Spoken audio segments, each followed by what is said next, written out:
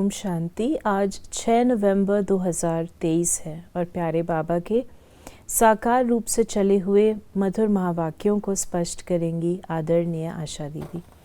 ओम शांति दीदी। बाबा ने कहा, मीठे बच्चे, देही अभिमानी बनने में ही तुम्हारी सेफ्टी है। तुम श्रीमत पर रूहानी सर्विस में लग जाओ तो देह अभिमान रूपी दुश्मन वार नहीं करेगा।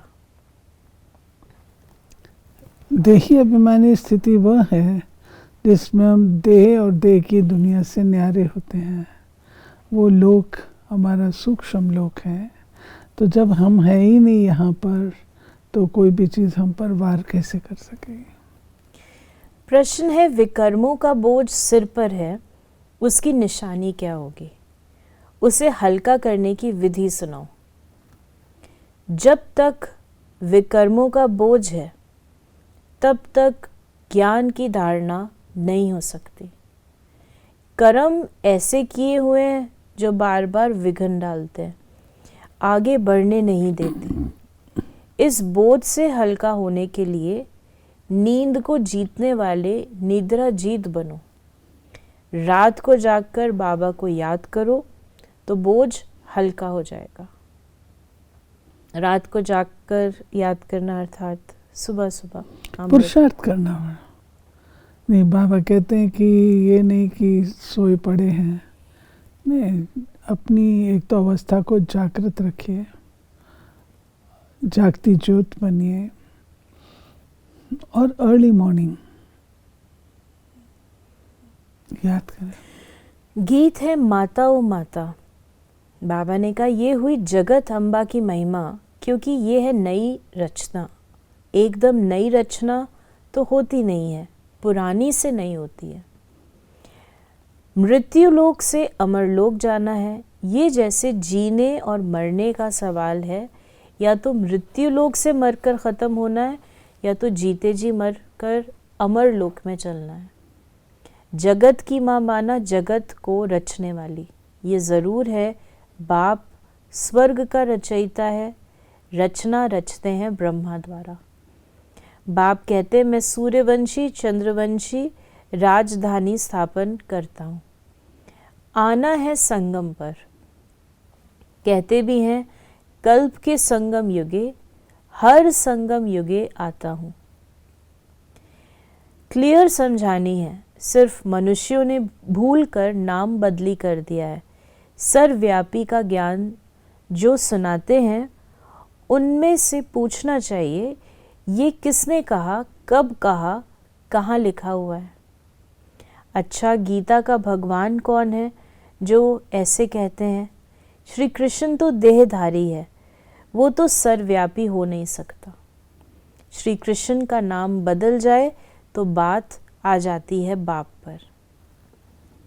फिर बाबा ने कहा कि वास्तव में इसमें कोई लिखने पढ़ने की बात नहीं है, परंतु ये सहज कर समझाने के लिए चित्र बनाए हुए हैं।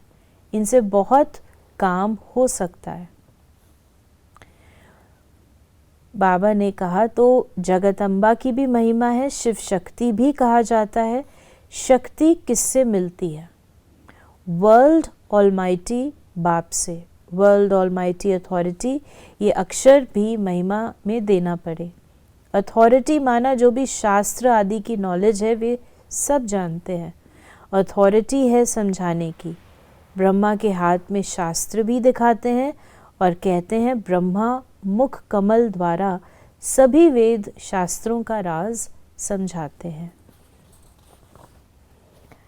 बाबा ने कहा कि बैनियन ट्री का मिसाल भी दिया जाता है। इनका फाउंडेशन सड़ गया है, बाकी टाल टालियाँ खड़ी हैं, ये मिसाल है। फिर बाबा ने कहा कि कोटों में कोई ही समझेंगे। ये फिर लिखा है, आश्चर्यवत सुनंती कथंती, नंबर वार पुरुषार्थ अनुसार अपना पद प्राप्त करते हैं। कहाँ न कहाँ ये बातें लिखी हुई हैं। भगवानुवाच अक्षर भी ठीक है। देखने में आता है बाप दिन प्रतिदिन अच्छी अच्छी पॉइंट्स देते रहते हैं। पहले पहले तो निश्चय कराना है कि भगवान ज्ञान का सागर है, मनुष्य सृष्टि का बीज रूप है। बाबा कहते हैं कि पहले परिचय हो स्पष्ट, और परिचय के बाद उस पर निश्चय हो कि हमारे पिता हैं, बीज रूप हैं, ये स्पष्ट होना चाहिए। बाबा ने कहा कि ब्रह्मा कुमार कुमारियां नाम अच्छा है। प्रजापिता ब्रह्मा के कुमार कुमारियां तो ढेर हैं, इसमें अंधश्रद्धा की कोई बात नहीं। ये तो रचना है ना, बाबा मम्मा अथवा तो मात पिता सब कहते हैं। जगत अम्बा सरस्वती है ब्रह्मा की बेटी। ये तो प्रैक्टिकल में बीके हैं। कल्प पहले भी ब्रह्मा द्वारा नई सृष्टि रची थी, अब फिर जरूर ब्रह्मा द्वारा ही रचना होगी। फिर बाबा ने कहा कि सुनने समय मज़ा तो सबको बहुत आता है, परंतु देह अभिमान के कारण धारणा नहीं होती है। यहाँ से बाहर गए और खलास। अनेक प्रकार का देह अभिमान है, इसमें बड़ी मेहनत चाहिए। बाप कहते नींद को जीतने वाले बनो, देह अभिमान छोड़ो, देही अभिमानी बनो। रात को जागकर याद करना है, क्योंकि तुम्हारे सिर पर जन्म जन्मांतर के विकर्मों का बोझा बहुत है, जो तुमको धारण करने नहीं देते, कर्म धारणा करने नहीं देते। कर्म ऐसे किए हुए हैं, इस कारण देही अभिमानी नहीं बनते। गपोड़े बहुत मारते हैं, बड़े गपोड़ों का चार्ट लिख भेजते हैं, हम 75% याद में रहते हैं, परंतु बाबा कहते हैं इम्पॉसिबल है। सबसे आगे चलने वाला खुद कहता है कितनी भी कोशिश करता हूँ याद करने की, परंतु माया भुला देती है। सच्चा चार्ट लिखना चाहिए। बाबा भी बतलाते हैं ना, तो बच्चों को भी फॉलो करना चाहिए। फॉलो नहीं करते तो चार्ट भी नहीं भेजते। पुरुषार्थ के लिए समय मिला हुआ है, ये धारणा कोई मासी का घर नहीं है। फिर बाबा ने कहा कि तुमको सब धर्म वालों को बतलाना है, निमंत्रण देना है। ज्ञान फिर भी वही उठाएंगे जो देवी देवता धर्म वाले कन्वर्ट हो गए हैं, इसमें समझ चाहिए। फिर बाबा ने कहा मुक्ति जीवन मुक्ति का हक है। जीवन मुक्ति सबको मिलनी है। जीवन बंध से मुक्त हो शांत में जाते हैं, फिर जब आते हैं तो जीवन मुक्त हैं, परंतु सबको सतयुग में तो जीवन मुक्ति नहीं मिलती। सतयुग में जीवन मुक्ति में थे देवी देवता, पीछे जो आते हैं कम सुख कम दुख पाते हैं। सतयुग में जीवन मुक्ति देवी देवताओं की आत्माओं को है, बाकी जो है वो हर युग में उनकी अवस्था अनुसार उनको जीवन मुक्ति प्राप्त होती है, लेकिन होती सबको है। आज बाबा ने हमें वरदान दिया, सदा अपनी श्रेष्ठ शान में रह, परेशानियों को मिटाने वाले मास्टर सर्वशक्तिवान भव।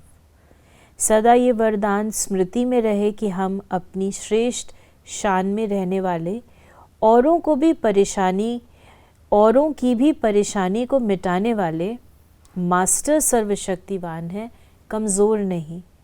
श्रेष्ठ शान के तख्त नशीन है, जो अकाल तख्त नशीन, बाप के दिल तख्त नशीन श्रेष्ठ शान में रहने वाले हैं, वे स्वप्न में भी कभी परेशान नहीं हो सकते। कोई कितना भी परेशान करे, लेकिन अपने श्रेष्ठ शान में ही रहते हैं। स्लोगन है, सदा अपने स्वमान में रहो तो सर्व का मान मिलता रहेगा। सदा अपने स्वमान में रहो तो सर्व का मान मिलता रहेगा। जो खुद को स्वमान में रखना जानता है तो उसे दूसरे भी सम्मान देते हैं। तो ये थे बाबा के आज के मधुर महावाक्यों का स्पष्टीकरण। ओम शांति।